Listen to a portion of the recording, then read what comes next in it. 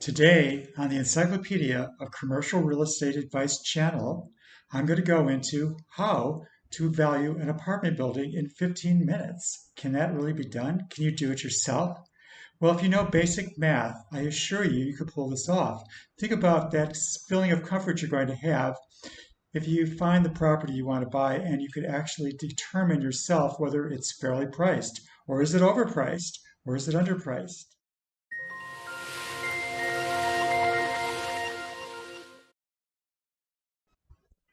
Hi, this is Terry Painter, the president of Apartment Loan Store, and welcome to the Encyclopedia of Commercial Real Estate Advice channel, where I give expert advice on over 500 topics found in my book, The Encyclopedia of Commercial Real Estate Advice.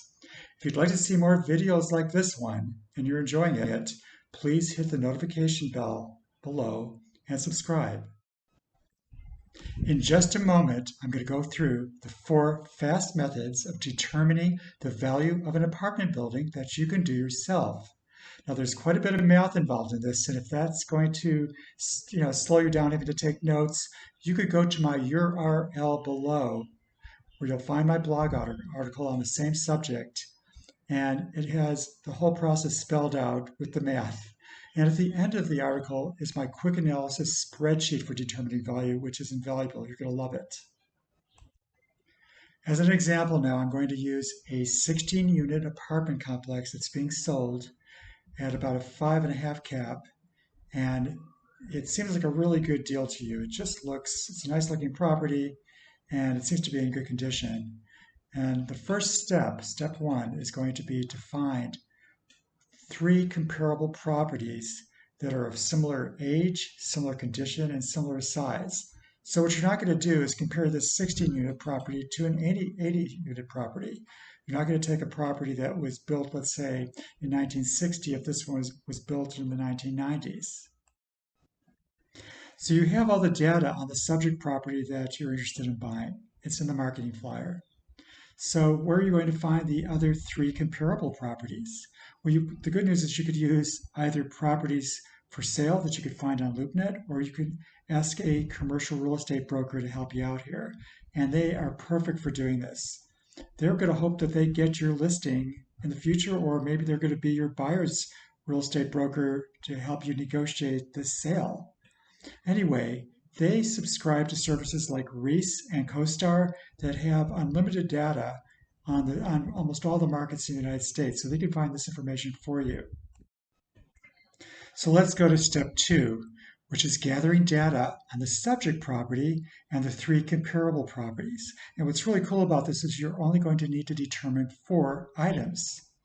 Number 1 is, what is the average price per unit? Simply take the purchase price and divide it by the number of units to determine that.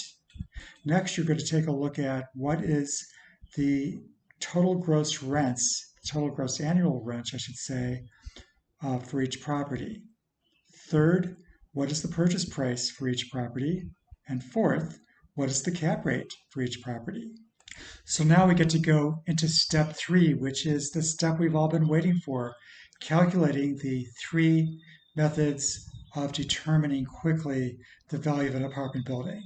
We're going to start out with the first method, which is the average price per door method. And this is so simple. All you do is take the purchase price of each property and divide it by the number of units. So the subject property, which is the purchase price is $2,300,000, we're going to take that and divide it by 16 units, and we come up with an average price per door of $144,400. I'm just going to come up with the other 3 properties for you.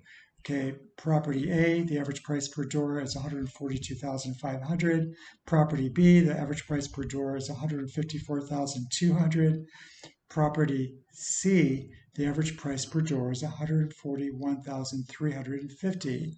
Now what we're going to do is total the average price per door of all 4 of those properties together, and then divide that by 4, and we're going to come up with an average price per unit of $145,613.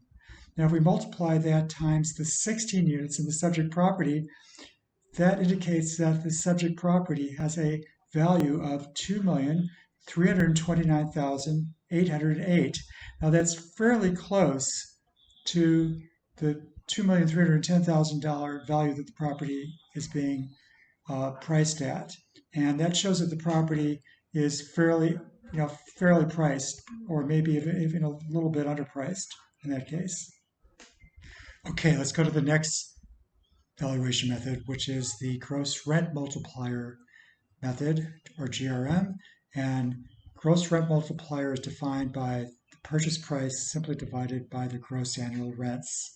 So it kind of makes sense that if you're in the same neighborhood comparing two similar properties, and a two-bedroom apartment in property A is going for $850 a month, and in property B, a two-bedroom apartment is going for $950 a month, that the higher rent property is going to have a lower GRM, by the way, and it's going to be worth more. If achieving higher rents is one way to increase the value of your property.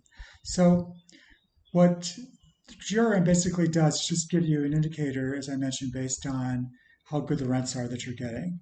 And it's a fairly accurate method, but not anywhere near as accurate, of course, as a full-blown appraisal. So what we're going to do to start with is we're simply going to take the purchase price of the subject property, which is $2,310,000, and we're going to divide it by the annual gross rents of $258,800 and come up with a GRM of 8.9. Okay, we have comparable A property, which has a purchase price of $2,295,000 and annual rents of $250,600. That comes to a GRM of 9.2. Comparable property B has a purchase price of $2,780,000 and annual rents of $306,500. That's a 9.0 GRM. And property C, comparable, has a purchase price of $2,450,000 and it has annual rents of $296,750 for a GRM of 8.3. Now we're going to average all four GRMs together, and we come up with an average of GRM of 8.85. We're then going to multiply that average GRM times the annual rents of the subject property. And we're going to come up with a value for the subject property of $2,290,380, which shows that the property is being just slightly overpriced in this case, but it still looks like it's a fairly decent buy. The third quick valuation method is the cap rate quick valuation method, and it could not be simpler. You could do this in a minute. What you're going to do is take the subject property cap rate and the cap rates from the other three comparable properties, add them all together, divide by 4. That's going to be the average cap rate of all four properties.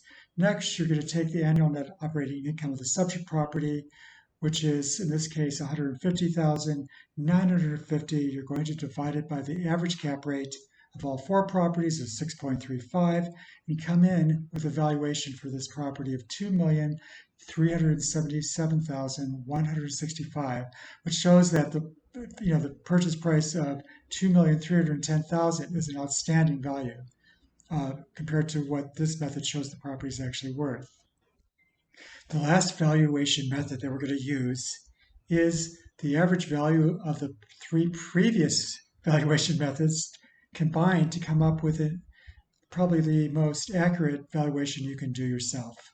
And all you're going to do is take the price per door method, which is $2,329,808, add to that the GRM method, which came to a value of $2,290,380, add to that the cap rate method, which came to $2,377,165, and the average of all three of those valuation methods comes to a value of $2,332,451. And that shows that the purchase price of $2,310,000 is a darn good price. And that's it for this quick method of valuation for an apartment building. Now just keep in mind that this is not as accurate as a full-blown appraisal, but it is something that will give you a comfort level when you find a property you're really interested in and do want to know, if the price is overpriced, underpriced, or priced fairly. Thank you.